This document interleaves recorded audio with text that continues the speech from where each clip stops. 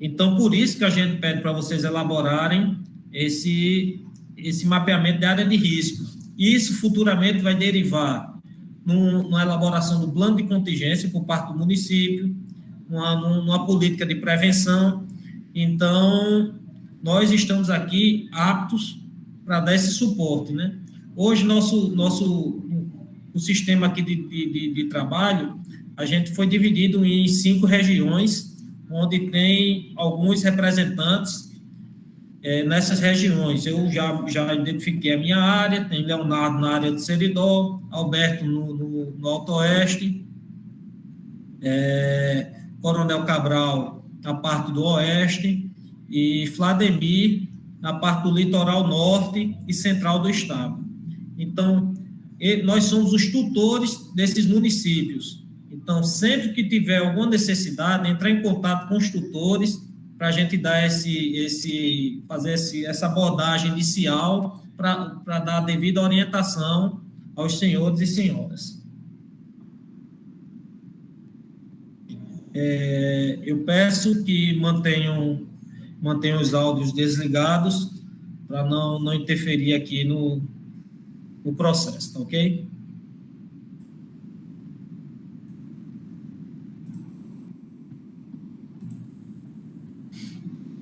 Vamos lá.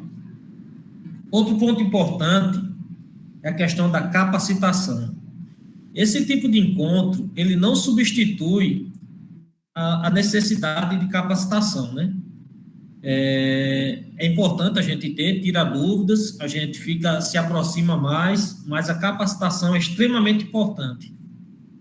E assim, não cabe só o município aguardar a coordenadoria estadual providenciar essa capacitação. Hoje nós temos capacitações disponíveis virtualmente, entrando lá no site da ENAP, você consegue fazer curso de defesa civil gratuito, bons cursos, onde vocês vão conseguir enriquecer os conteúdos.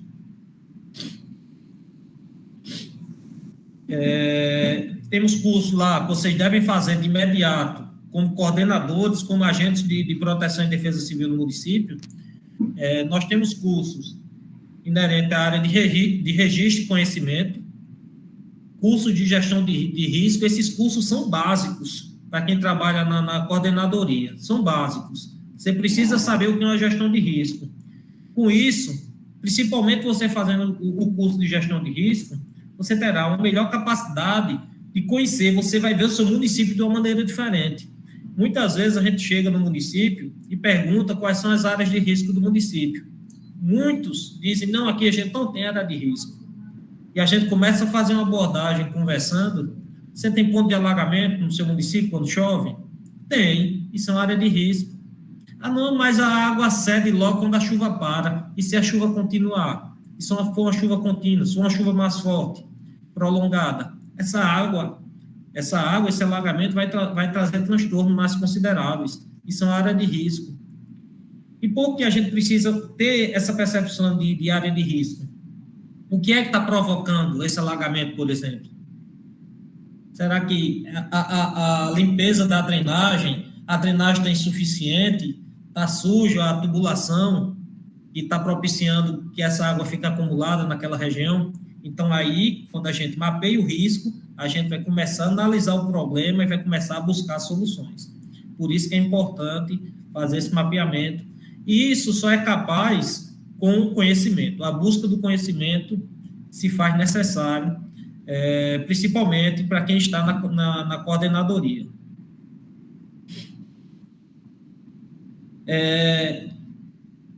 Produzindo esse mapeamento, como eu falei anteriormente, a gente vai ter a capacidade de produzir um plano de comunicação, um plano de contingência no futuro, que nada mais é que o sistema de proteção e defesa civil, ele une várias secretarias.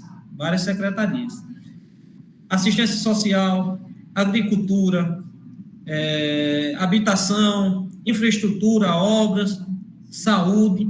Então, o plano de contingência, a gente mapeia o risco, sabe do risco, e quando esse risco, através do monitoramento dos alertas, estiver próximo de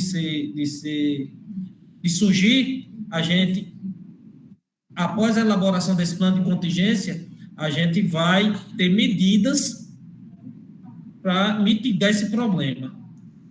Chama o pessoal da habitação, ó, você vai ter essa responsabilidade. Chama o pessoal da assistência social, você vai ter essa responsabilidade.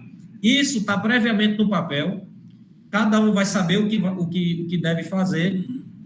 Então, isso basicamente é um plano de contingência. É muito mais rico do que isso que eu estou falando.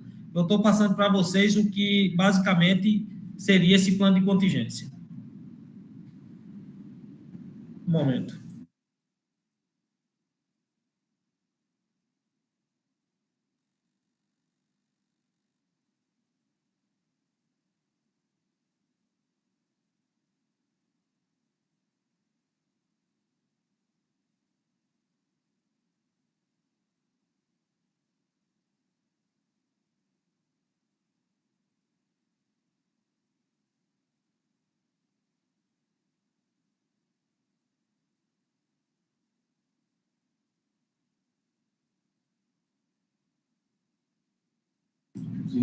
Um momento, pessoal.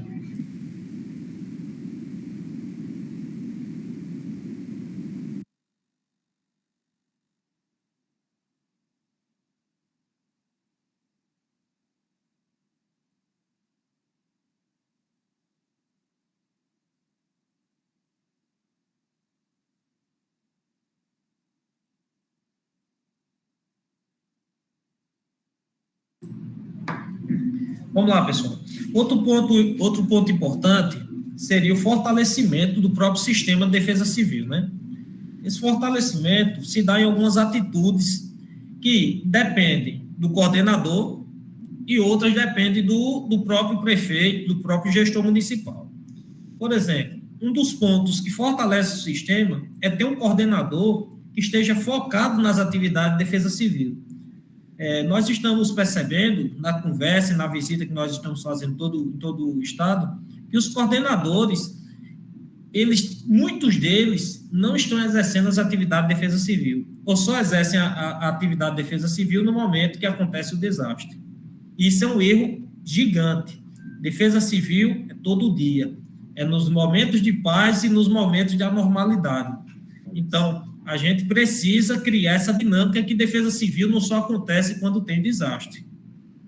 Pelo contrário, a gente trabalha na prevenção, a gente trabalha fazendo mapeamento, e esse tipo de coisa acontece nos momentos de normalidade. Na normalidade, a gente não consegue fazer isso. Então, isso é um ponto que fortalece o sistema. Um coordenador que esteja mais inteirado, esteja focado nas atividades de defesa civil. Outro ponto é fomentar o Conselho Municipal de Defesa Civil. Existe um Conselho Municipal. E esse Conselho Municipal, ele pega os partícipes,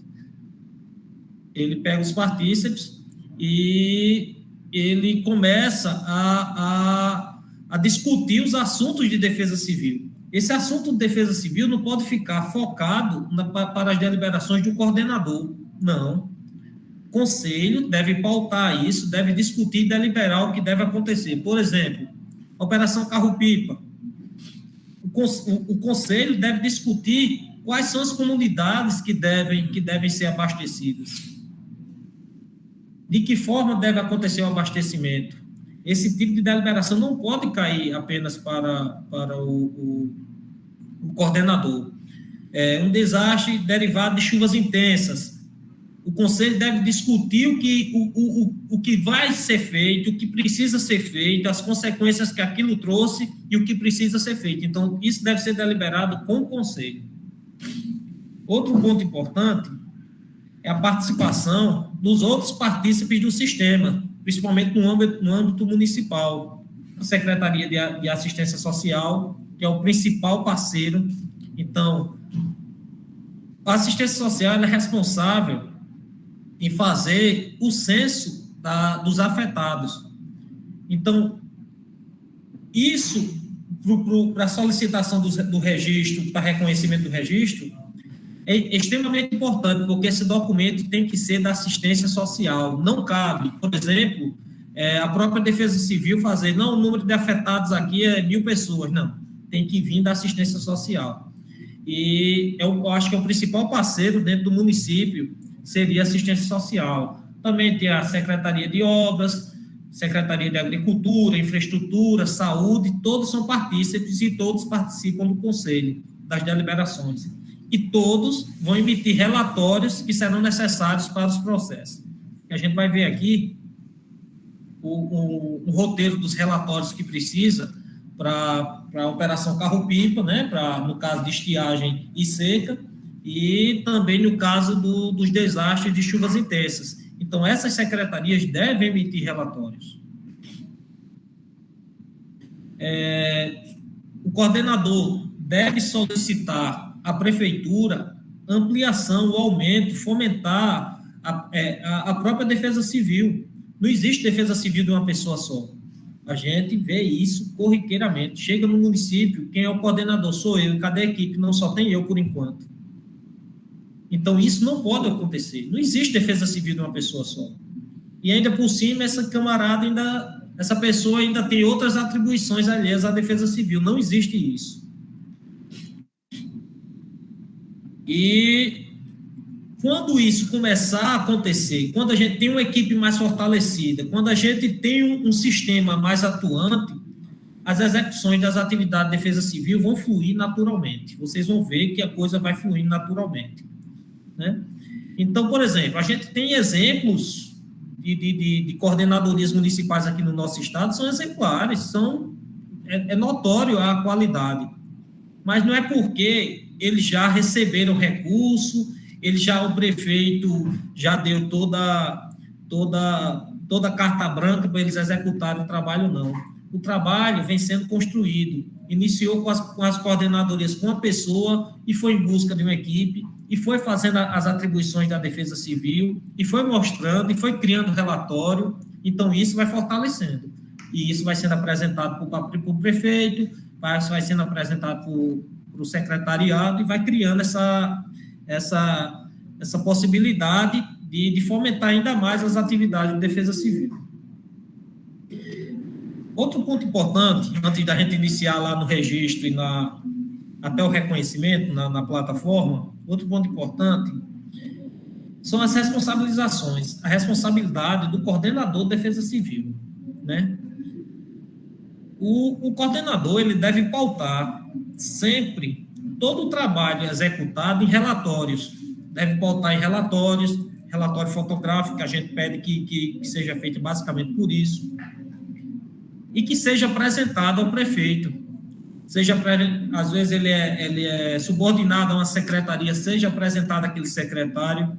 Não deixe de apresentar seus relatórios. O que você produzir, faça registro fotográfico, faça ofício, mas apresente. Tudo deve ser pautado, tudo deve ser formalizado. Outro ponto importante é que, muitas vezes, o camarada não queria nem estar na defesa civil por uma questão política, ele foi colocado ali, e ele não executa as atividades de defesa civil. Mas ele está nomeado como coordenador municipal. Então, suas ações e também suas omissões podem ser responsabilizadas. Existe uma legislação específica para isso. Vocês precisam observar quais são as competências e vocês precisam fazer isso. Não é o simples fato de você dizer, rapaz, eu fui colocado aqui, eu não sei nada de defesa civil, então eu não posso ser responsabilizado. A escusa de conhecimento não protege o coordenador, pelo contrário. Porque se a pessoa foi colocada como coordenador, ele deve atuar como coordenador. Não cabe ficar dizendo que não sabe de nada, que não teve qualificação. Qualificação se busca também. Se for lá no site da ENAP, você vai ter vários cursos de defesa civil. Então, isso é o que a gente até exige para receber esse colete, que faça o curso básico, faça o mínimo para poder usar esse colete. Então, exige de vocês essa postura, né?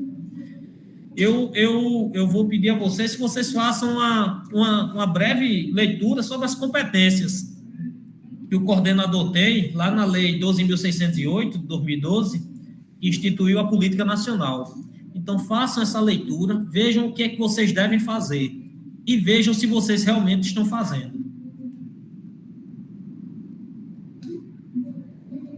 É muito importante observar isso. Vocês comparem, rapaz, eu estou fazendo isso, vocês vão ver que muitos de vocês, alguns estão fazendo, outros não. Então, é interessante virar essa chave e começar a mudar.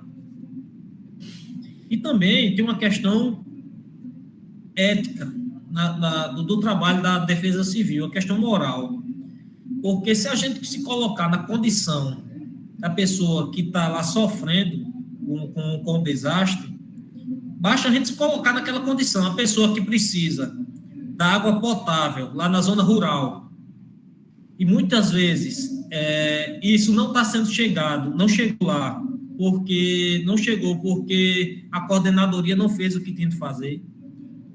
É difícil entender isso. Acho que a pessoa não fica confortável nessa situação, né? O ribeirinho lá que está vendo a cheia do rio e a coordenadoria não se faz presente para dar um auxílio, para oferecer um abrigo seguro. E se aquilo acontecer, se aquilo realmente desenvolver, isso não é confortável para o coordenador. Naturalmente não é para ser. Então, vejam também essa questão moral, se colocam no lugar de outra pessoa. Quando eu vejo que uma coordenadoria não está fazendo, que era para fazer, por exemplo, na questão da seca, da estiagem, da água potável, eu me incomodo muito e eu pergunto ao coordenador: você mora na zona rural? Você já teve dificuldade com a falta d'água? Porque só sabe quem já passou. Então, a gente tem que se colocar, ter mais empatia nesse sentido. Antes de iniciar o preenchimento lá da plataforma, existe um roteiro documental que precisa, né? A plataforma, o preenchimento lá na plataforma S2ID, vem depois de a gente elaborar uma série de documentos. Não adianta eu abrir a plataforma se eu não tenho esses documentos, né? Então, eu vou passar aqui alguns documentos que são necessários. Por exemplo, no caso de estiagem seca, né, que busca basicamente a operação carro-pipa, que é água potável para a zona rural, precisa, no laudo de potabilidade. O que é esse laudo de potabilidade? É uma análise da água do seu reservatório da zona rural, dizendo que aquela água é própria ou não para o consumo. Por quê? O analista de Brasília, que está lá em Brasília analisando seu processo de reconhecimento, ele não conhece a realidade do seu município. Ele conhece seu município por um mapa e por uma imagem de satélite. Então, por essa imagem de satélite, ele vê que o reservatório de vocês tem água. Ele quer saber se aquela água é potável. Ele não conhece a realidade do seu município. Então, por isso, precisa providenciar esse laudo. Esse laudo demora, principalmente quando esse laudo é feito pelo serviço público.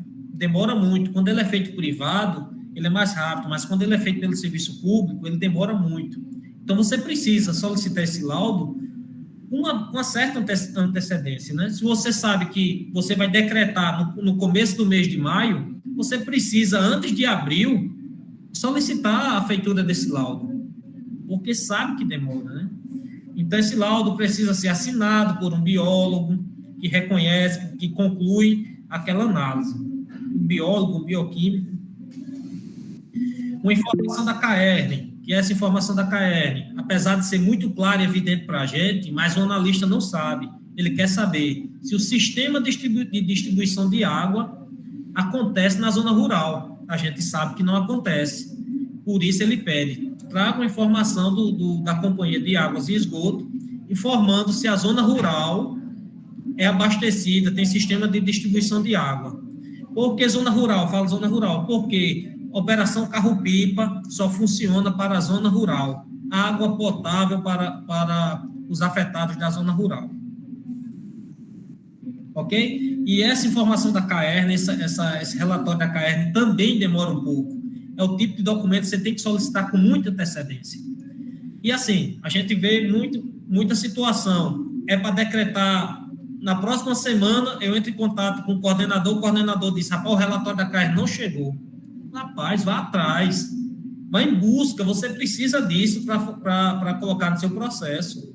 Isso é um ponto determinante na análise do seu processo. E não adianta dizer, eu já fui, já pedi. Insista, insista.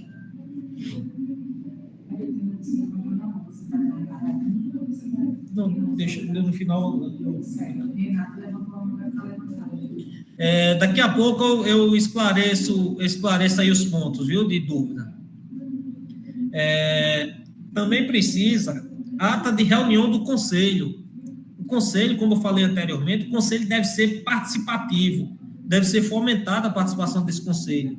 Então, esse conselho vai deliberar quais são as comunidades, quantos pontos de abastecimento, tudo isso deve ser discutido nessa ata do conselho. Então, é interessante também ter esse documento. E vem alguns relatórios, né, como eu já tinha falado antes. Relatório da assistência social, que fala sobre o número de afetados. Esse número de afetados, como é que acontece? É uma mensuração assim por cima? Não. Isso aqui tem que ser feito um censo. Um censo. Em casa a casa, para analisar quantas pessoas precisam dessa água. É colhido CPF, contato, nome completo, porque isso será entregue após o reconhecimento e a solicitação na Operação Carro-Pipa. Esse relatório é entregue ao Exército. E o Exército vai fazer essa conferência. Então, precisa ser feito esse censo. Quem faz esse censo? Assistência social, junto com a Defesa Civil. Por isso que a Defesa Civil não pode ser uma pessoa só. Tem que ter um grupo, né? Outro ponto importante é o relatório da Secretaria de Obras ou Agricultura, onde o carro-pipa do município fica disponível, né? Por quê? A gente só vai solicitar recursos, só vai solicitar apoio federal. O município tem que provar que fez alguma coisa. Então, quase todos os municípios do estado têm carro-pipa. E esse carro-pipa ele é empregado, de certa forma, na Operação Carro-Pipa. Então, isso precisa ser demonstrado. Ó, eu coloquei meu carro-pipa, eu só tenho um para abastecer a população da zona rural. Eu coloquei esse carro para funcionar, só que é insuficiente. Está aqui os gastos que eu tive com o carro. Motorista, manutenção, combustível, tudo isso deve ser colocado nos últimos 6 meses. Esse relatório deve ser desses últimos 6 meses. Né? Fotos georreferenciadas. Lá na plataforma S2ID tem um campinho, uma aba chamada relatório fotográfico. As fotos que devem ser inseridas nesse relatório fotográfico são fotos georreferenciadas. Existem alguns aplicativos. O que a gente indica é o timestamp. T-I-M-E-S-T-A-M-P. Timestamp. É o aplicativo que a gente indica e as fotos são retiradas por esse aplicativo e ficam georreferenciadas. Isso é primordial. Se colocar foto que não é georreferenciada, o analista não vai aceitar.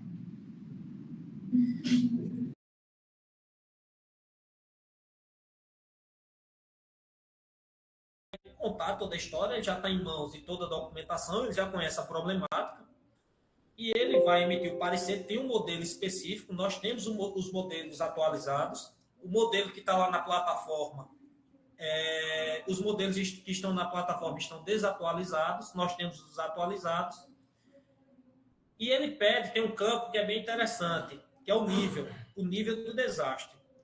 Que nível é esse? Nível 1, o município diz o seguinte: eu tenho um desastre, mas eu consigo resolver. Eu não preciso de apoio, eu não preciso de auxílio de ninguém. Eu reconheço o desastre, eu vou decretar, mas eu não preciso de apoio de ninguém. Nível 1. O nível 2 é o caso que a gente está discutindo aqui, que a gente vai registrar e solicitar apoio, reconhecimento federal. Então, é nível 2. Situação de emergência, nível 2. O município diz: eu tenho um problema, eu tentei fazer, eu estou provando aí, mediante os relatórios, que eu tentei fazer, só que eu não consigo resolver o problema. Então, eu preciso desse apoio federal. Então, é situação de emergência, nível 2. E ainda tem outra situação que é muito mais gravosa, que é o caso do calamidade pública. Caso da calamidade pública, do estado de calamidade pública. Que aí é nível 3, aí é quando já tem mortes, aí é quando os serviços públicos não foram, foram prejudicados, então já é outra situação. Para a nossa realidade aqui, a gente trabalha com situação de emergência nível 2. O decreto municipal, né, que aborda basicamente a inexistência de distribuição de água e tratamento para a zona rural. Por quê? Hoje, os reservatórios, a maioria, eu acho que no município, no estado todinho, a realidade é essa nesse momento, os reservatórios têm água. Porém, a água não é potável. Quando a água é de qualidade, ainda é água bruta, ela precisa de um tratamento para consumo humano. Não adianta mais a gente falar de estiagem. Não, porque devido ao processo de estiagem, o processo de estiagem passou. A gente tem que ver a realidade agora. A realidade é água nos reservatórios, só que a gente precisa de água potável.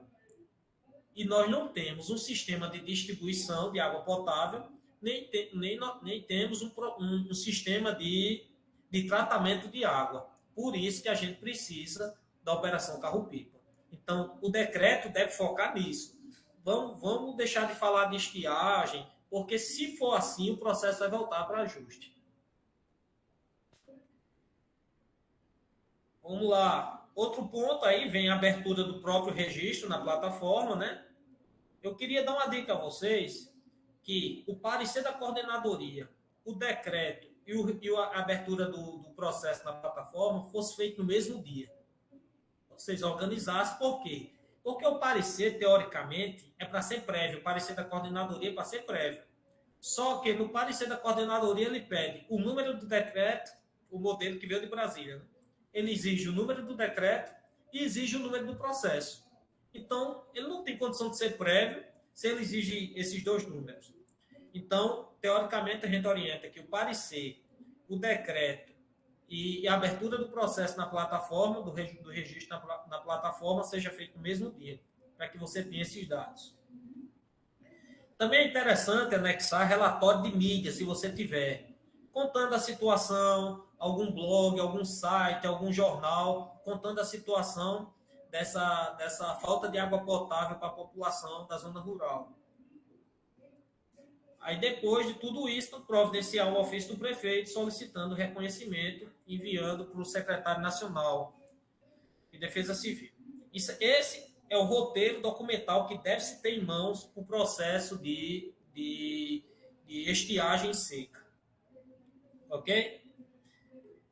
Já tratando dos desastres hidrológicos, que nós estamos passando por isso também, nós precisamos de alguns relatórios. Relatório da assistência social, que fala dos afetados, dizendo quem ficou desabrigado, quem ficou desalojado, ou simplesmente aquele afetado que, por exemplo, não conseguiu sair de casa porque a água tomou conta da rua, ele não conseguiu ir para sair de casa. Aquele afetado que teve a água invadida e a água recuou depois que cessou a chuva. Então, são afetados, de alguma forma são afetados. Então, esse relatório tem que vir especificando direitinho tudo isso. O relatório da Secretaria de Infraestrutura ou Obras,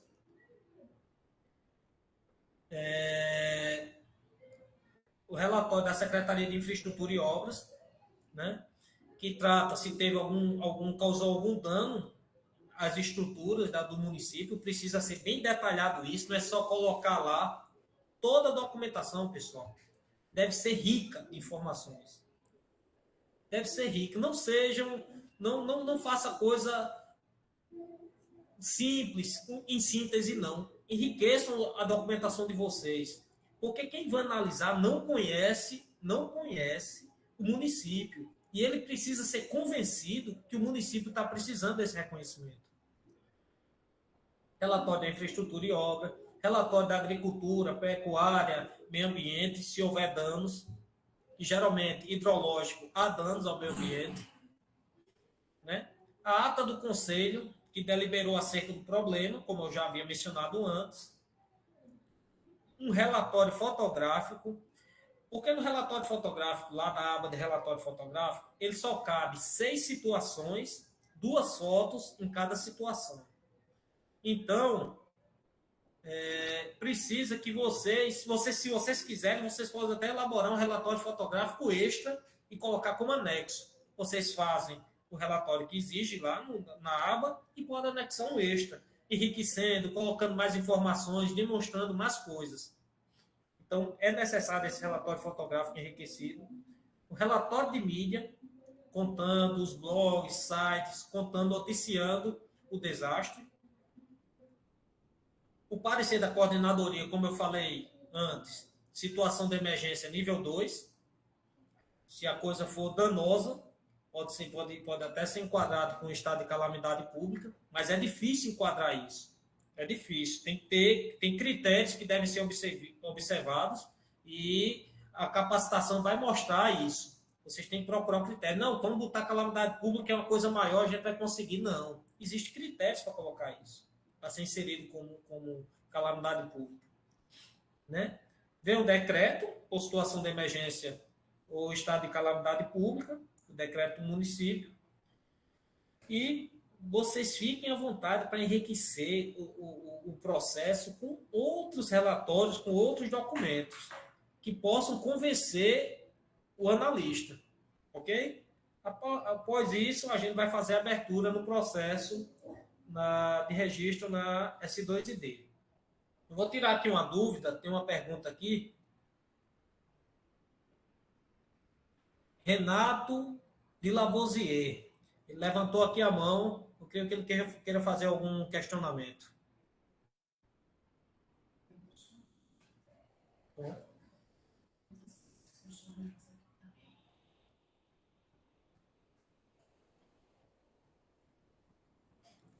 Ele tá escrevendo aqui. Vamos aguardar aqui qual é a dúvida dele. Agora eu vou mandar para você só um recortezinho disso.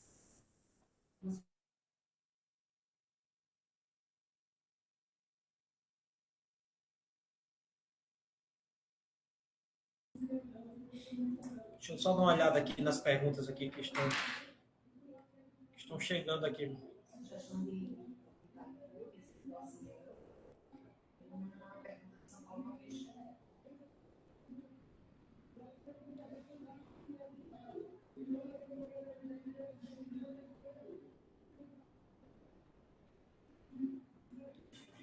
Certo. O Oziel, ele colocou aqui uma sugestão que o laudo de potabilidade existe nas vias municipais, o programa Vigia a Água, né? Que pode buscar esse laudo de potabilidade. Lembrando que esse laudo de potabilidade é interessante que seja feito com antecedência, porque as demandas, tudo isso, principalmente no sentido que se for feito no serviço público, ele vai demorar um pouco, né? Tem uma pergunta de São Paulo Batista. Se é necessidade dos portarias do solo, sai. Gente, a portaria, a 3.646 de dezembro, ela atualizou a 260. Se você citar só a 260, não tem, está correto. Se você quiser citar as duas, você pode citar as duas, porque ele não revogou. Ele só atualizou, ele tirou alguns mecanismos e atualizou. Então, a portaria 260 é a portaria vigente. A portaria 3.646, ela só fez atualizar a portaria 260. Ok?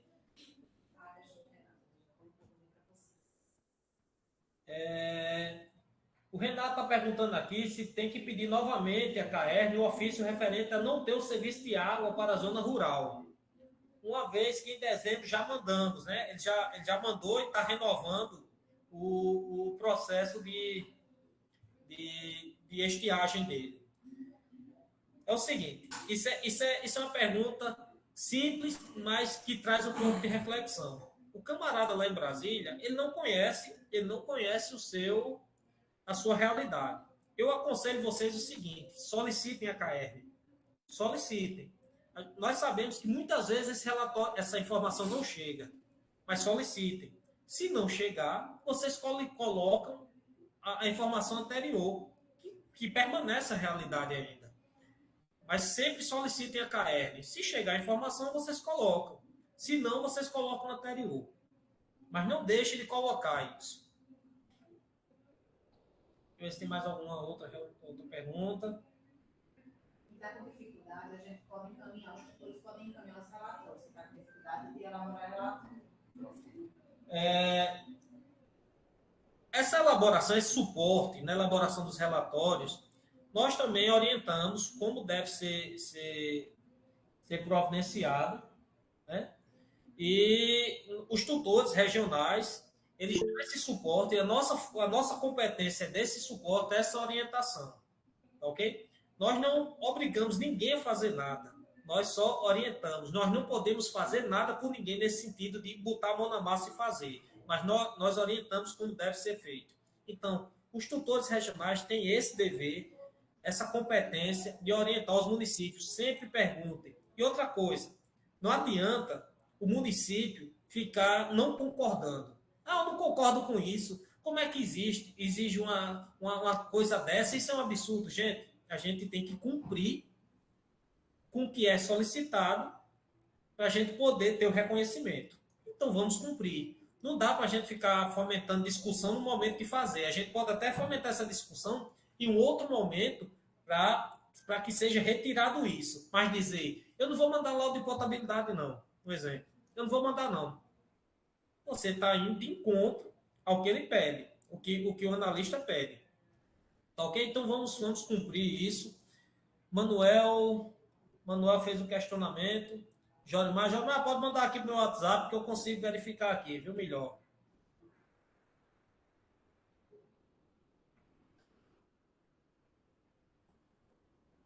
Manuel, pode colocar lá o questionamento, viu? Então, nós vamos entrar, enquanto chegam esses outros questionamentos, nós vamos entrar aqui no processo por si só, né? No preenchimento da plataforma.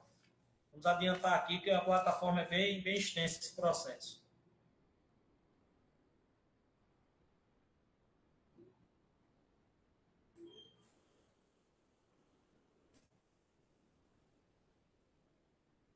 Vocês estão conseguindo enxergar aí?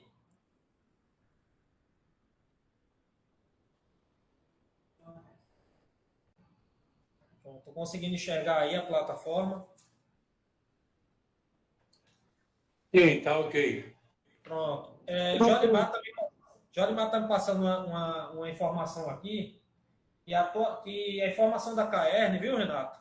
Deve ser atualizada. É aquilo que eu falei, solicita atualização. Se infelizmente não chegar, você coloca anterior, mas sempre colocar informações atualizadas. Até porque ele colocou aqui como uma justificativa plausível, né, que o primeiro é um novo processo, né? E segundo, porque é outro analista que pega esse processo. Quem analisou aquele processo de dezembro não é o mesmo que vai analisar agora. Então, precisa ter essa atualização dos dados.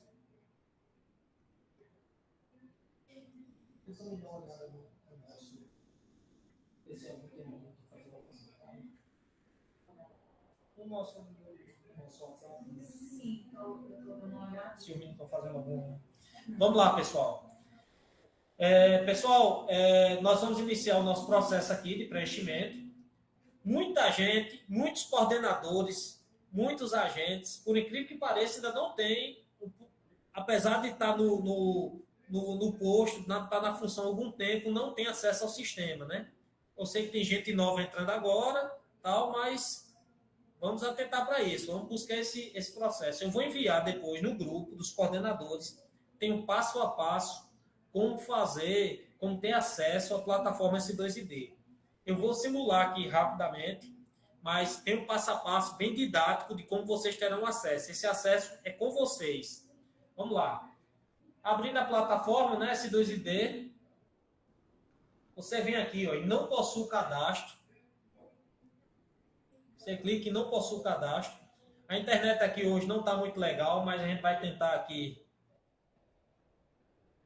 Tomara que ela não deixe na mão. Pronto. Vai aparecer essa tela aqui, ó. Aqui tem o nome modelo de ofício. Tá vendo? Porque precisa anexar um ofício aqui. Então você diz, eu não tenho um ofício. Ó, anexar ofício de solicitação de cadastro devidamente preenchido e assinado. e já tem aqui o modelo de ofício. Você clica aqui no modelo de ofício, vai baixar aqui o ofício, o modelo.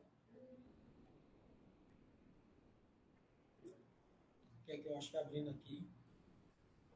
Não parece. Vai abrir um modelo de ofício, né? E vocês vão preencher esse modelo de ofício. Não abriu aqui, mas vocês vão preencher. Vão salvar, o prefeito precisa assinar. Vocês vão salvar esse documento e vão anexar aqui, ó. Escolher ficheiro. Vocês escolher ficheiro, pegar lá o documento, anexa e anexar arquivo. Pronto, é simples. Após vocês fazerem isso, vai aparecer uma tela. Deixa eu sair aqui. Vai aparecer uma tela que você vai preencher os dados dessa pessoa que está solicitando o acesso à plataforma. Nome completo, data de nascimento, e-mail, contatos. Então, vai aparecer todos esses dados. Você vai enviar isso e vai receber a autorização por esse e-mail. É simples. Beleza? A gente vamos prolongar nisso não, vou fazer logo o acesso aqui ao sistema, para vocês entenderem melhor como funciona.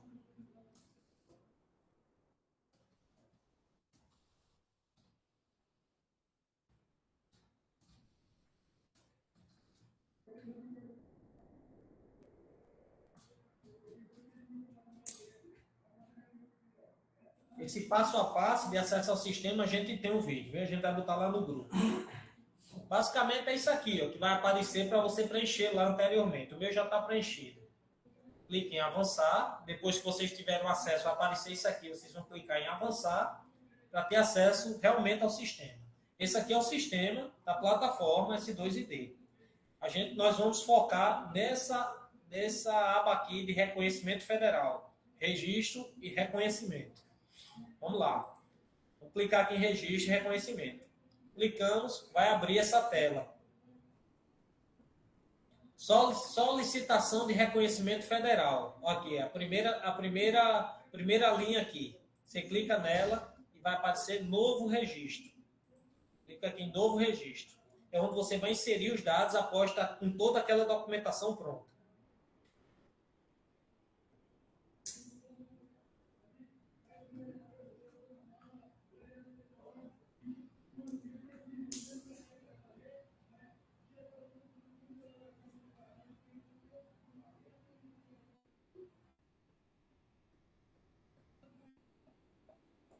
Você fecha ali a gente consegue visualizar dos outros municípios, né? Pronto. Isso aqui é o novo registro que está acontecendo. O nosso aqui está aparecendo Natal, porque nós somos cadastrados aqui no município, então está aparecendo Natal, né? Essa primeira parte, quando você for lá fazer lá no seu município, vai aparecer o nome do seu município. Essa primeira parte aqui, identificação, você vai procurar PIB, orçamento, arrecadação anual, receita corrente líquida, todos esses dados aqui no site do IBGE. Você vai no site do IBGE e coloca esses dados, preenche esses dados aqui, ok? Seleciona o tipo de cobrade. Aí você selecionar a tipificação. Você vem aqui e você vai ver o que é, qual o problema. Digamos que seja alagamentos, nosso problema. Vou colocar aqui alagamentos. Ele já diz a definição do que é o problema. Extrapolação da capacidade de escoamento do sistema de drenagem urbano e tal. Então, ele já dá a tipificação. Quando foi que começou a data de ocorrência? Ele tem uma dica aqui embaixo. Quando o desastre for de evolução gradual, inserir a data do decreto. Na capacitação, você vai ver que os desastres são súbitos e graduais. O que são desastres súbitos? O alagamento é um desastre súbito, né? Os desastres hidrológicos, eles são basicamente súbitos. E o que são graduais? A estiagem é gradual, ela vai aumentando, vai piorando com o decorrer do tempo. A seca é gradual, ela não chega de repente. Ela vai aumentando seus impactos no decorrer do tempo. Então, quando for gradual, a gente vai colocar a data do decreto. Quando não for, a gente vai colocar a data que ocorreu realmente o evento. Área com população afetada. Quando é alagamento, você vai ter que mapear o que foi que realmente afetou. Foi residencial, foi comercial, foi industrial, se foi urbana, se foi rural, se foi as duas, se não existe. Quando é alagamento, quando é um desastre hidrológico, você tem que ver onde ele afetou, onde teve essa afetação. Quando é seca ou estiagem, como o nosso foco é a operação carro-pipa, então a gente vai colocar o quê? Seca e estiagem rural, porque só é para a operação carro-pipa é rural, e residencial. Aí você vai dizer, não, mas também aquele comércio lá do sítio, lá da zona rural, também foi afetado. Mas se você colocar aqui comercial rural, por exemplo, você vai ter que provar, mediante relatório, esse impacto no comércio rural. É muito mais difícil. Basta você colocar residencial rural. E quando é hidrológico, desastre hidrológico, você vai ter que ver aqui onde foi que ele realmente ocorreu. Você pode escolher o campo realmente aqui que foi afetado. Esse item 4.2, seleção das áreas de população afetada, você vai selecionar qual foi a área precisa que aconteceu o desastre. Né? Iniciar a seleção, por exemplo, aqui. Ó. Aparece esse recado aqui, para prosseguir com o cadastro, alteração de feed, o botão encerrar a seleção deve ser pressionado após os setores afetados, ok. Então, a gente vai escolher aqui a seleção, ó, a gente está passando aqui ó, o cursor e ele vai mostrando os bairros. Isso aqui é em Natal, né? No seu município também é parecido com isso aqui. Você vai selecionando, ó, cliquei. Então, eu estou demonstrando quais são as áreas que foram afetadas, né? No caso de alagamento, você vai, de desastre hidrológico, você vai selecionar as áreas, realmente, várias áreas. No caso de estiagem seca, que é só para operação carro-pipa, você vai selecionar somente a área rural, não coloque a área urbana. Selecione a área rural, onde está acontecendo aquele desastre. Aqui você vai fazer uma descrição das áreas com a população afetada, né?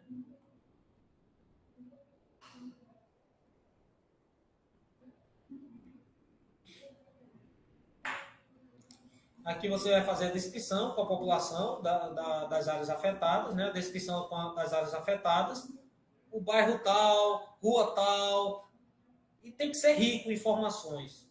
Sítio tal, comunidade tal, você tem que citar realmente quais são as comunidades. Causas e efeitos do desastre. Você vai ter que mostrar aqui o que foi que aconteceu. Qual foi a duração desse evento, se foi no caso, um desastre hidrológico, a duração, as características, o momento. Então, tem que ser bem detalhado. No caso da seca e da estiagem também. Quais são as causas desse evento. No caso, agora, para seca e desastre, o que é que está acontecendo? A gente tem água, só que ela não é potável. Então, vocês vão colocar a questão que não há distribuição de água potável na zona rural e não há tratamento de água também para da água existente nos reservatórios da zona rural, né?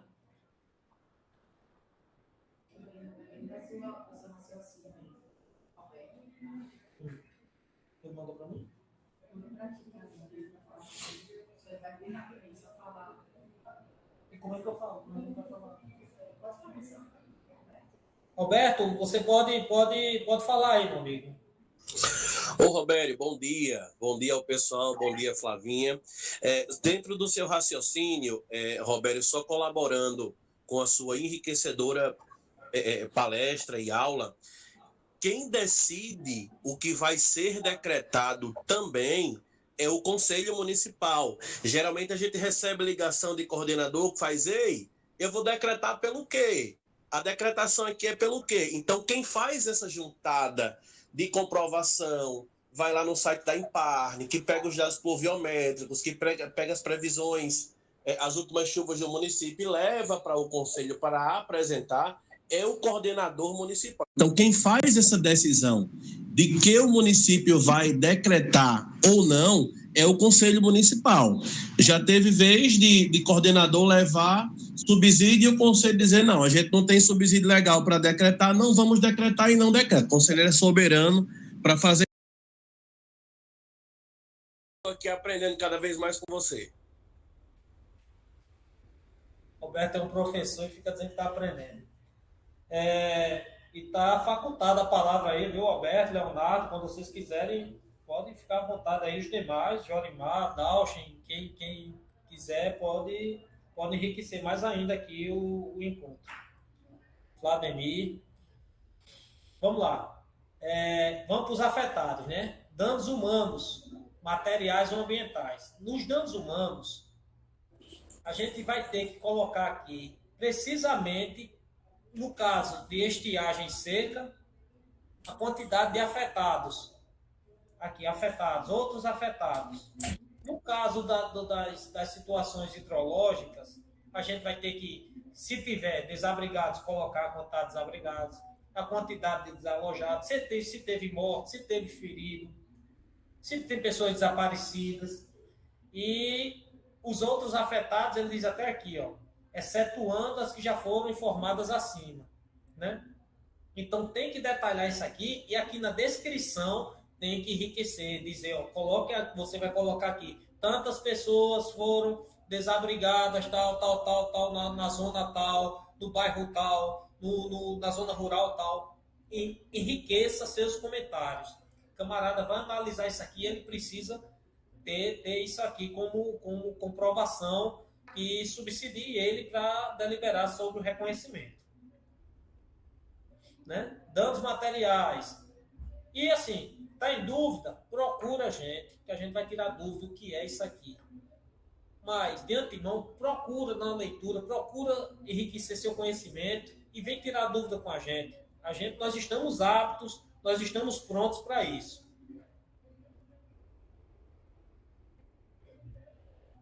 Danos materiais. Teve danos materiais com desastre? Informa aqui onde for o dano material. Informa aqui a mensuração desse dano. Né? A quantidade, unidades habitacionais. Com a chuva, 5 casas foram invadidas. 5 casas foram destruídas. Isso custa quanto? Coloca aqui. Teve instalação de saúde pública afetada? Coloca aqui. Então, vocês precisam mensurar isso aqui corretamente, sabe? Por isso que eu digo que é o sistema. Defesa Civil é um sistema. A Coordenadoria de Defesa Civil não tem condição de fazer isso. Aí isso aqui, com um caso desse, de alagamento, inundação ou enxurrada, a gente vai precisar do apoio dos outros partícipes, das outras secretarias, para subsidiar essas informações mediante relatório. Mais uma vez, descrever, não é só colocar sucintamente, não. Descreva. Nome da instituição danificada, sua localidade, respectivos materiais que foram danificados. Então, isso aqui tem que ser muito bem caracterizado. Danos ambientais. No caso, que geralmente, quando estava no período de estiagem, colocava aqui diminuição ou exaurimento hídrico. Aí colocava um percentual aqui. Mas para você colocar aqui que houve exaurimento hídrico, você precisa comprovar que houve exaurimento hídrico. Então, a gente precisa do quê? A gente fomenta o quê? Inclusive, o analista pede, às vezes, que seja emitido um relatório de carga e descarga dos reservatórios, que é justamente para provar. O camarada coloca aqui, ó, houve 20%, houve mais de 20% da população afetada pelo exaurimento hídrico. Aí ele diz, então prova aí que houve exaurimento hídrico. Eu preciso de um relatório. A gente orienta que esse tipo de informação você solicita em matéria. Existem técnicos agrícolas no município, eles podem fazer esse relatório. Coloquem na cabeça o seguinte, tudo que vocês colocaram aqui, vocês vão ter que comprovar com o relatório. Tudo. Não é ideia de só informar aqui não, precisa ser comprovado. A descrição, local, efeito do desastre e outros, a descrição desse dano ambiental. Prejuízos econômicos, Vamos lá, prejuízos econômicos públicos. Mas você vai ter que distribuir aqui, no caso da estiagem da seca, tem um relatório do gasto com carro-pipa, que vai entrar aqui, abastecimento de água potável. R$15 mil, no exemplo. Que é o relatório da Secretaria de Agricultura ou Secretaria de Obra, onde fica o carro-pipa. É o gasto dos últimos 6 meses, ele entra aqui. Mas também pode ser outros desastres. Os provenientes de chuva, águas e esgotos, pluviais, sistemas sanitários, tudo isso, o que for danificado, você tem que mensurar aqui o custo que teve para isso. Ok? E colocar aqui embaixo detalhadamente isso. Prejuízos econômicos privados. Por isso que é complicado preencher isso aqui, ó. Lá em cima, 4.1. Quando a gente começa a colocar muita coisa aqui, a gente precisa comprovar. A gente vai ter que colocar aqui os prejuízos econômicos privados e a gente precisa ter relatórios para isso. Então, por isso que eu digo, seca e estiagem, a gente só quer a operação carro-pipa. Então, não precisa colocar muita coisa, que é só a gente colocar que a população afetada. Há um relatório da assistência social. O município está tentando fazer pelo carro-pipa do município. Isso já é suficiente. Os demais desastres, aí precisam enriquecer. Se realmente houve um prejuízo na agricultura, quanto foi esse prejuízo? Tem que ter um relatório para isso. Houve um prejuízo na pecuária, tem que ter um relatório demonstrando isso. Então, isso aqui é o FID, que é o Formulário de Informações do Desastre. Isso aqui está tudo comprovado lá por documentos. Lembrando que não vai fazer o preenchimento em 30 minutos, ele ensina. Os demais aqui está aparecendo também. Está aparecendo aqui também. Os formulários, né? Eu vou tentar entrar aqui, pessoal, na base de treinamento, que ela não estava funcionando, para a gente poder ter acesso às demais abas. Só está aparecendo o feed aqui para mim. Porque eu tenho que salvar. Se eu salvar, esse aqui é a situação real, né? Se eu salvar aqui, vai gerar um registro. E eu não quero gerar um registro, né? Não há necessidade disso. Jormar, quer acrescentar alguma coisa aí? Não, tá ótimo. Só se você não conseguir ir lá para a de treinamento, você pode abrir qualquer município aí, entendeu? Que tenha sido reconhecido. Certo. E vai estar os links lá para acessar. Acho que vai dar certo aqui, porque isso aqui tá todo estranho. Eu fico desconfigurado. Vou tentar abrir aqui, pessoal.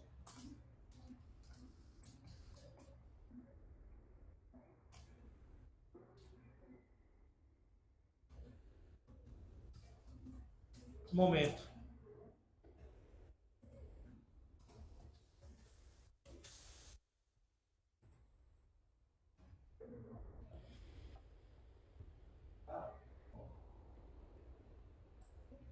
Enquanto o Roberto está reiniciando, gente, é importante lembrar que, ao preencher o feed, né, vocês têm que salvar as informações, porque com 30 minutos de acesso, aí o sistema ele reinicia. Então, assim, o que vocês colocarem de informação, vocês vão perder. Então, é importante que vocês vão preenchendo aqueles itens que foram apresentados ali e vai salvando, certo? Não esqueçam, porque senão vocês vão perder as informações. 30 minutos, o sistema sai. Eu oriento que seja feito antes, né? Para não correr o risco. Essa plataforma é muito instável. Então, vamos fazendo, vamos lá embaixo e salvar. Vai fazendo, vai lá embaixo e salvar.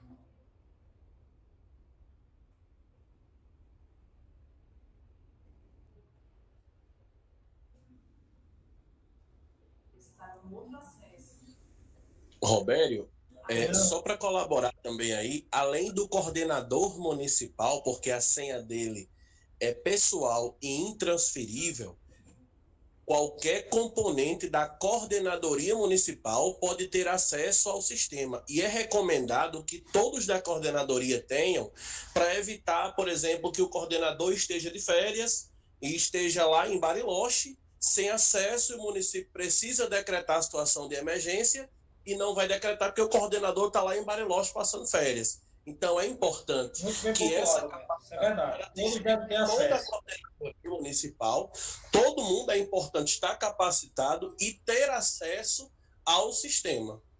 Valeu, Roberto. Valeu, obrigado, Alberto. Você vai ter que entrar no município. Não, acho que é isso aqui. Eu acho que Porque só tá o filho ainda. É porque é novo. não, mas se eu salvar aqui, ó, mas no treinamento, eu vou salvar, eu acho que vai aparecer os demais. Sem preencher, não. Pessoal, eu vou ter que entrar aqui no município, numa lista de municípios, vou escolher um município qualquer aqui, só para demonstrar O que foi já reconhece. Já tenha tudo, né? É bom. vou pegar um de estiagem aqui que tem tudo.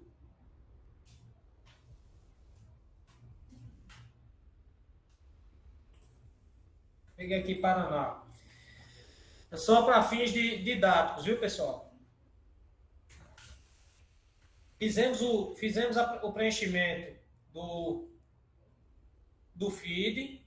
Viemos aqui salvar registro. Vamos lá para o DEMAT. O que é o DEMAT? É a Declaração Municipal de Atuação Emergencial. Vocês vão contar no DEMAT o que foi que vocês fizeram. Vocês lembram que eu estava falando que o município precisa comprovar que fez alguma coisa? Então, aqui vocês vão comprovar pelo preenchimento do DEMAT. A magnitude do evento superou a capacidade de gestão do desastre? Sim. Se ele está pedindo um apoio, sim. A magnitude do evento, o município não conseguiu fazer por si só. Os danos e prejuízos comprometeram a capacidade de resposta do poder municipal? De certa forma, sim. Isso aqui tem que ser analisado. Se você está pedindo ajuda, então é porque foi comprometido sua capacidade de resposta. Os prejuízos econômicos foram causados por esse desastre? Foram causados prejuízos econômicos? Sim. Nas informações relevantes sobre o desastre, vamos observar aqui. Esse tipo de evento já ocorreu anteriormente, aí você vai analisar. É muito importante que vocês coloquem na cabeça que muitas vezes isso aqui não é só para ser preenchido, se for para solicitar recurso, não. Um município X tem alagamento pontual, toda vez que chove tem alagamento. O município consegue contornar a situação. Ele deve vir aqui na plataforma e preencher. Embora você não vá decretar, embora você não vá solicitar reconhecimento federal, mas você precisa registrar o desastre, porque se você fizer isso sempre, você está comprovando aqui. Esse tipo de evento já ocorreu anteriormente, você vai colocar sim, está comprovado na própria plataforma. Isso. E o camarada lá, o analista, quando ele for realmente solicitar, você for solicitar recurso, se você tiver a política de registrar tudo, ele vai dizer, realmente, esse evento aqui vem ocorrendo quase todos os anos, tantas vezes por ano, está tudo registrado aqui. Agora, realmente, a gente precisa reconhecer esse fato para poder dar resposta a esse município. Então, isso é importante. Esse aqui é um instrumento que deve ser preenchido toda vez que acontece qualquer tipo de desastre. Não só quando a gente vai solicitar recurso. Pessoal, vou dar uma adiantada aqui, porque já é 11h15. Então, informações relevantes sobre o desastre. Esse tipo de evento ocorrendo aumento repetidamente, faça uma análise. Coloque as informações aqui nesse campo, aqui embaixo. Né? 3. Informações sobre a capacidade de gerenciamento. Isso diz muito sobre vocês. Já foi feito mapeamento da área de risco do município? O município já tem mapeamento? Quem enviou já para a gente, já pode colocar nas próximas etapas, nos próximos registros, que já tem mapeamento. O município possui defesa civil? Sim. Existe plano de contingência? Isso aí é o futuro para todos os municípios, se Deus quiser, a criação desse plano de contingência. Esse desastre foi previsto, tem recurso orçamentário? Isso vocês vão ter que analisar de acordo com cada município. Isso aqui, né? Se tem recurso orçamentário para vocês vão ter que responder. Foram realizados simulados, outros órgãos ou instituições apoiam a defesa civil, então vocês vão ter que informar tudo aqui, descrever aqui, principalmente informe as dificuldades do município para a gestão do desastre. Medidas e ações em curso. Vamos lá. Mobilização e emprego de recursos humanos. O que foi que o município destinou de recursos humanos institucionais para resolver o problema? Assistência social se fez presente? Ajuda humanitária?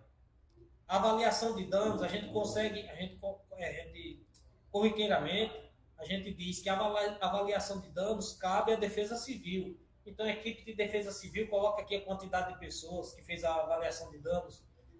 Quando é um desastre que é muito mais vultoso, teve assistência médica, a segurança pública precisou atuar, a assistência social precisou atuar para tirar o pessoal da área de risco. Então, vocês vão preenchendo aqui a quantidade de pessoas, né? Que está dizendo, indicar as medidas de ações de socorro, assistência e reabilitação do cenário. A quantidade de pessoas que foram para essa, e descrever aqui embaixo. Mobilização de empresas e recursos materiais. Mobilização e emprego de recursos materiais. Quando é no caso da Operação Carro-Pipa, né? Operação Carro-Pipa, a gente coloca aqui, ó, máquinas e equipamentos. Um carro, que é a pipa do município. Também você pode botar aqui, não tem problema, que tem aqui veículos, não tem problema. Aí você coloca aqui, ó, como o município aqui colocou, foi locado um carro-pipa para abastecimento. E tem um custo. Então, é interessante, é o custo que ele colocou do carro-pipa já vem para o próximo item aqui, ó. Recursos financeiros, está aqui, 69 mil, foi o que ele gastou com o carro-pipa. Fontes oriundas do município, né? Fonte orçamentária municipal. Então, você vai ter que conhecer seu município. Muitas vezes você não conhece, você vai ter que perguntar, você vai ter que exigir relatório. Essa aqui é uma construção que não é feita só pela Defesa Civil, é feita em conjunto. E vocês precisam demonstrar isso para o gestor. Vocês precisam demonstrar isso nas reuniões do Conselho Municipal. A necessidade de integração. Vai lá e vai salvando, né? Esse aqui não tem como salvar porque ele já está salvo, né? Mas aparecer aqui salvar o registro.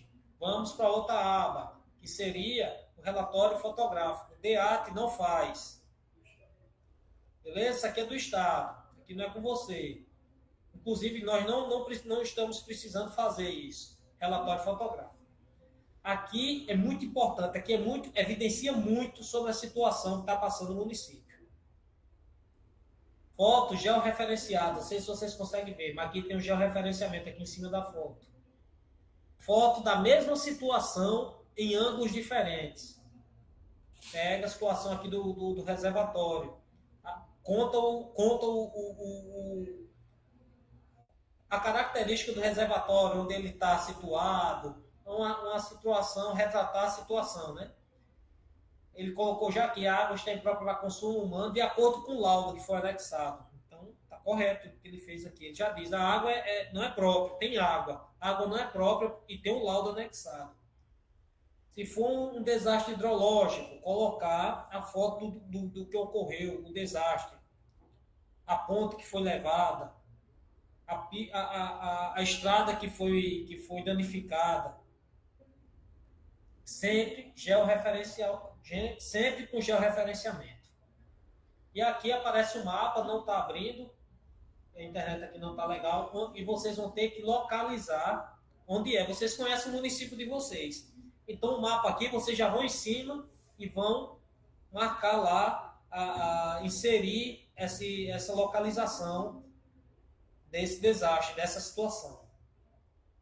Acontece também outras coisas. No caso de estiagem aqui, da Operação Carro-Pipa, foi colocada a cisterna. É interessante colocar o carro abastecendo a cisterna, georreferenciada, e assim por diante. Você pode colocar 6 situações, 2 fotos em cada situação.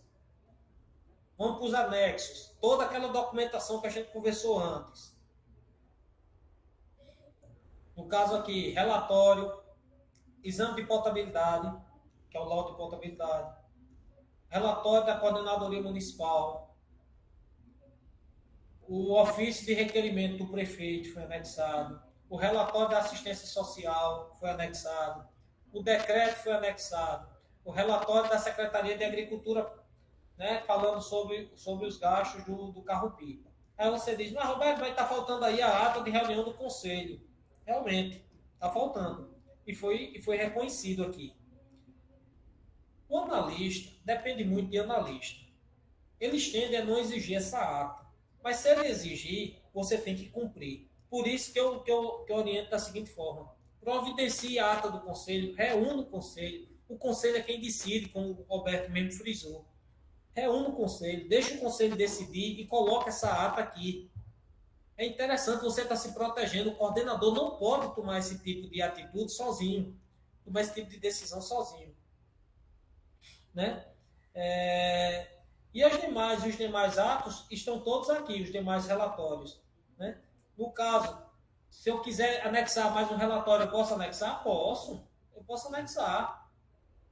É aberta aqui a possibilidade de você anexar quantos relatórios você quiser, desde que seja que ele tenha o propósito de ajudar na análise do processo, né?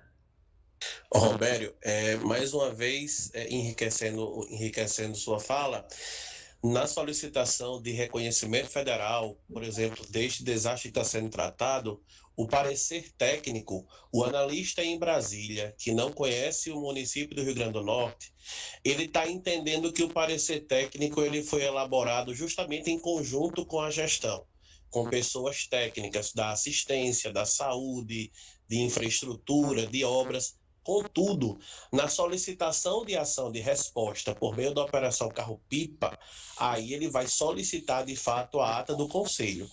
Aí ele vai solicitar porque ele quer entender quem estava, o que foi tratado, onde foi tratado e a assinatura dessas pessoas, que a ação de resposta da Operação Carro-Pipa não deixa de ser uma liberação de recurso.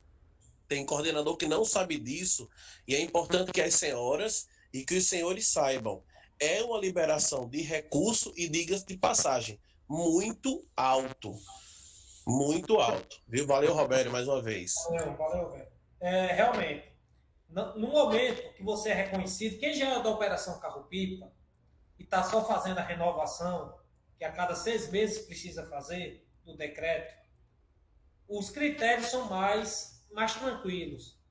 Por isso que a gente diz, quem está na operação, não perca a operação, porque vai ser muito mais problemático de você entrar depois, né?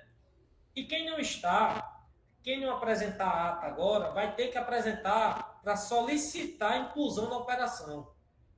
Quem não fizer o censo agora, vai ter que fazer no momento da solicitação da inclusão na operação. Então, se você não fizer agora, você vai ter que fazer depois. Por isso que a gente costuma dizer, faça logo tudo, porque você aqui já coloca a quantidade de afetados da maneira correta. Faça o censo, você já sabe quem é que está precisando.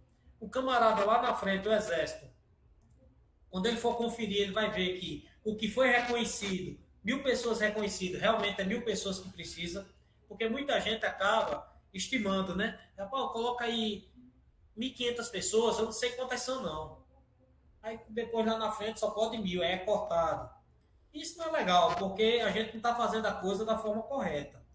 Nós temos que providenciar uma documentação que seja realmente pertinente, que seja minuciosa e elucidativa.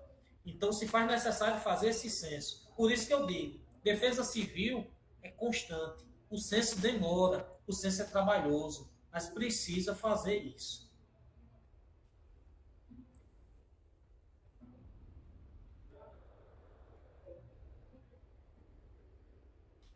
Pergunta ali. Um momento, pessoal.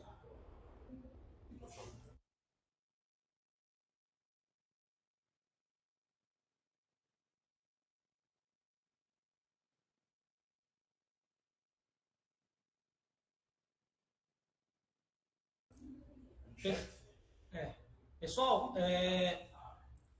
nós, de certa forma, demos uma acelerada aqui nessa parte final para vocês visualizarem. Após anexar esse documento, você vai enviar, vai aparecer uma aba aqui, enviar para reconhecimento federal. Vocês anexam o documento, tudo em PDF, e faz esse anexo, faz esse envio para reconhecimento federal. O processo vai aparecer aqui, aguardando análise. O status do processo vai mudar aqui para aguardando análise.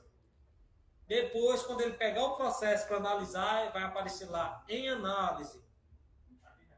Após análise, ele pode deliberar para reconhecimento ou ele pode devolver o processo para ajuste, né? Ele pode devolver o processo para ajuste. Então, esse ajuste ele deve ser feito em até 7 dias corridos. 7 dias corridos para ajuste. Sábado, domingo, tudo conta.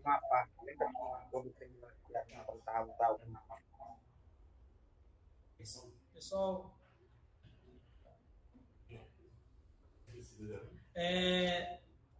manter o áudio desligado aí para não atrapalhar aqui, por gentileza. Então, são 7 dias corridos para ajustes. Volta para análise novamente. Ele pode deliberar para o reconhecimento. Se for reconhecido, show de bola. Se não for reconhecido, ele pode indeferir, não reconhecido. Vocês ainda têm chance de solicitar uma reanálise? Sim, é chamado de reconsideração. Aí você tem 10 dias úteis para solicitar essa reconsideração. O analista, ele vai pontuar tudo, que ele concorda e que ele não concorda. Nos pedidos, tanto de ajuste, nos momentos de ajuste, como nos momentos de reconsideração, principalmente na reconsideração que você vai ter que emitir um ofício, você vai ter que dizer, corrigir o que foi apontado na FVD, tal, referente a isso, aquilo, aquilo outro. Tem que pontuar e tem que corrigir o que ele pede. Tudo que for solicitado pelo analista tem que ser cumprido.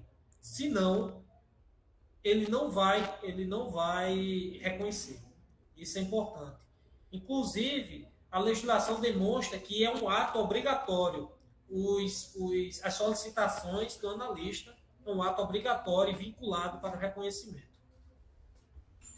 Eu vou ter mais uma pergunta aqui.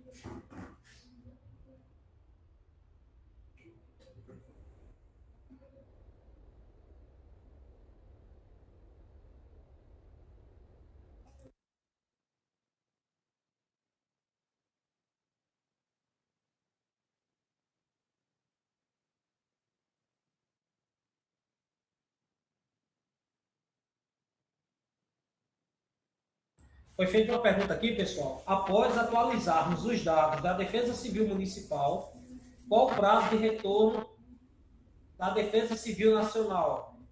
Pessoal, se foi solicitado ajustes e está para análise, a gente não tem precisão do trabalho lá da Defesa Civil Nacional, até porque lá o corpo técnico é limitado para a quantidade de demanda de todo o país, né?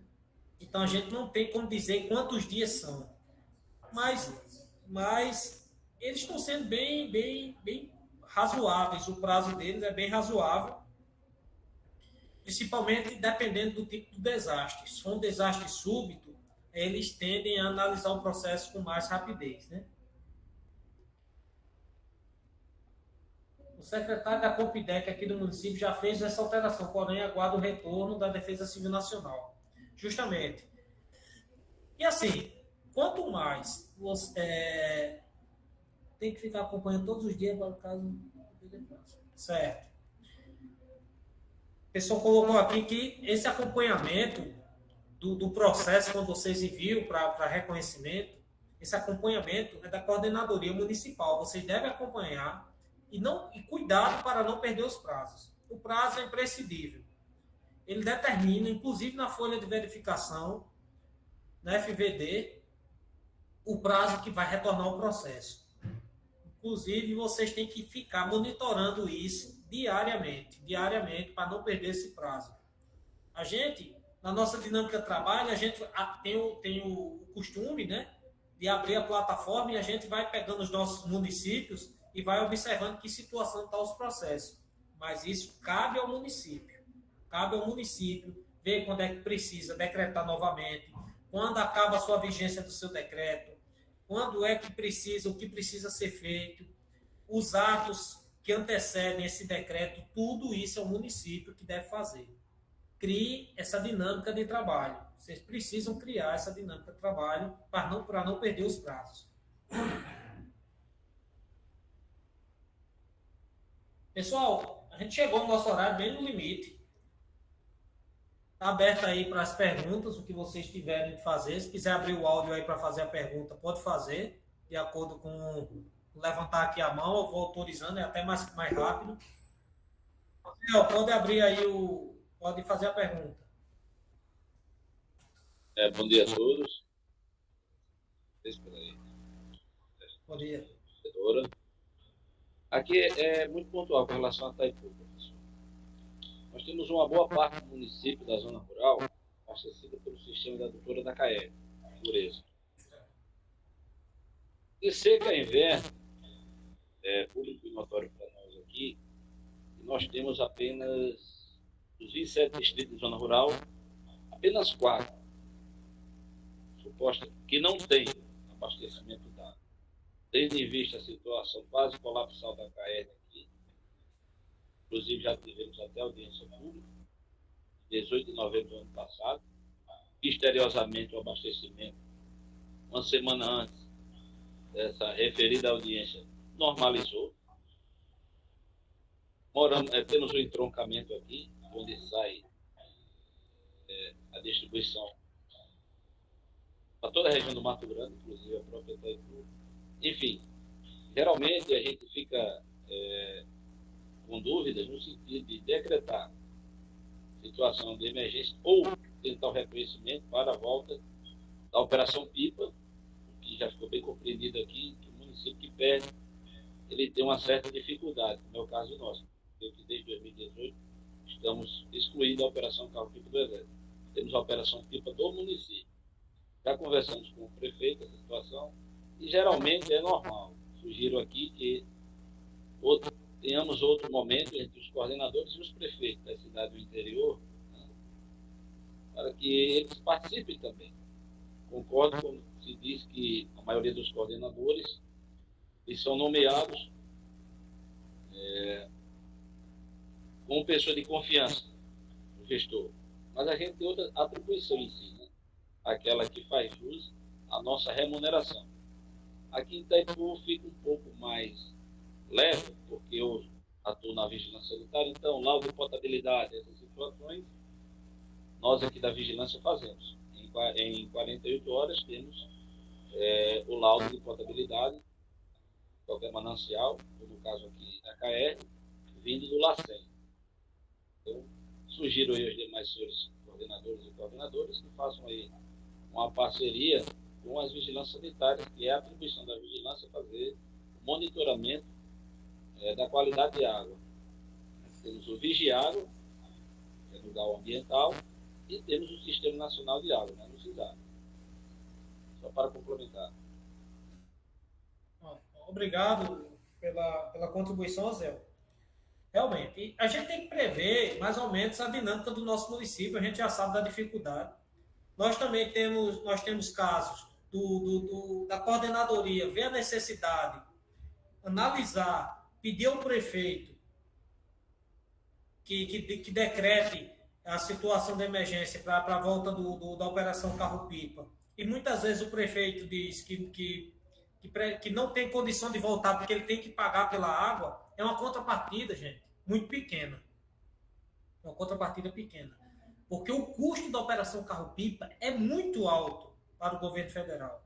É muito alto. A contrapartida que o município dá é pagar pela água. E muitas vezes, quem paga é o próprio caminhoneiro, paga pela água. Que eu não sei, que eu também não vou entrar nessa demanda. O correto é o município pagar por essa água. Então, o benefício é muito grande. A gente vê resistência de algumas partes em relação a isso. Nós estamos vendo a dificuldade maior no processo é o laudo de potabilidade. Por quê? Porque está deixando de se solicitar esse documento com antecedência. Chega um período e não está com o laudo em mãos. outro documento é o documento da CAERN. Então, isso é organização da coordenadoria. E jogar, claro, ser bem claro com o prefeito o que deve acontecer, quais os prejuízos. Sair da operação, perder a operação, é horrível para o município. É horrível. O custo que o município vai ter é muito alto para manter e ele não vai ter. Ou seja, a população vai ficar desabastecida.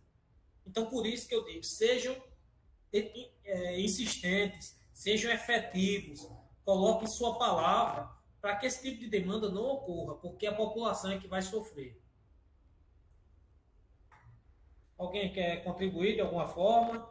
Jorimar, Léo, Alberto, pode ficar à vontade aí, viu, para enriquecer aqui o debate. Nós já estamos na reta final aqui, então estamos só tirando algumas dúvidas. Não, Roberto, só parabenizar você pela brilhante capacitação. De fato, só não aprendeu quem não quis, né? Quem não quis foi quem não aprendeu, porque ficou tudo muito claro. E, principalmente, quando se diz respeito a uma solicitação de reconhecimento federal, não está se falando de qualquer coisa. É algo muito sério. E por isso que o analista, ele vai à risca. Ele é pago para analisar. Então, ele tem que estar, de fato, convicto, com informações fidedignas e dar um parecer favorável. Por quê? Ele não vai reconhecer um processo mal instruído, mal elaborado e com informação errada. Muito pelo contrário. E outra coisa importante, Roberto, se o analista perceber que há vícios dentro do processo, por mais que ele tenha sido reconhecido, ele emite uma portaria revogando o reconhecimento e o município pode ser penalizado. Pode não, é penalizado. Então, muito importante, parabéns mais uma vez, parabéns às coordenadorias municipais que estão aqui e agora é só colocar em prática, né, Roberto? Com certeza, com certeza. Obrigado, Alberto. Pessoal, de antemão agradeço. Procurem os tutores regionais, tirem suas dúvidas, mas não dá para brincar de defesa civil. Defesa civil é um negócio muito sério, muito sério. Vem desde a prevenção até a resposta, que vai culminar numa recuperação, numa reconstrução futura de algum fato que precisa ser feito. Então, usem o colete com orgulho, mas tenham orgulho também das suas atividades, né? Porque a coisa precisa virar, mas a mudança tem que partir de cada um aqui. Tem que iniciar. Não adianta ficar botando culpa apenas. O meu prefeito não me dá apoio, eu não tenho apoio. Busque conhecimento. Busque conhecimento. Defesa Civil trabalha com vidas.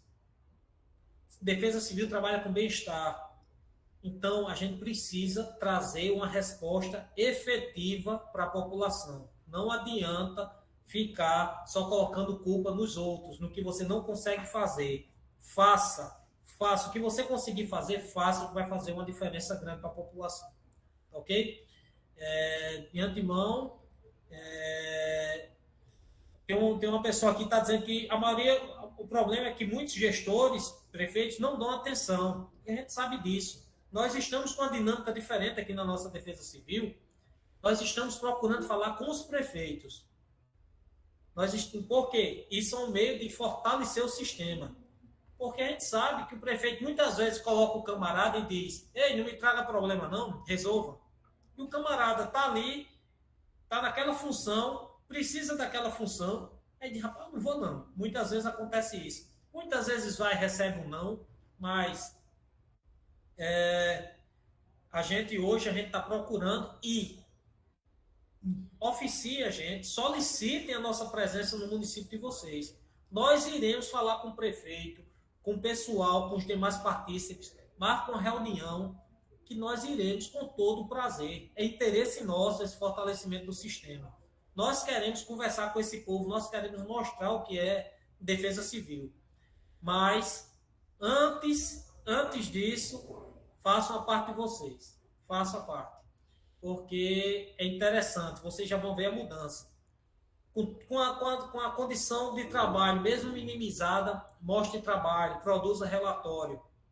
E pode nos convidar que a gente vai no seu município fazer uma visita, uma conversa com o prefeito, tranquilamente, é o que a gente quer realmente. Muito obrigado, pessoal. Roberto, tem uma dúvida aí da Compidec de Equador, que inclusive está sob a tutela do nosso amigo Leonardo.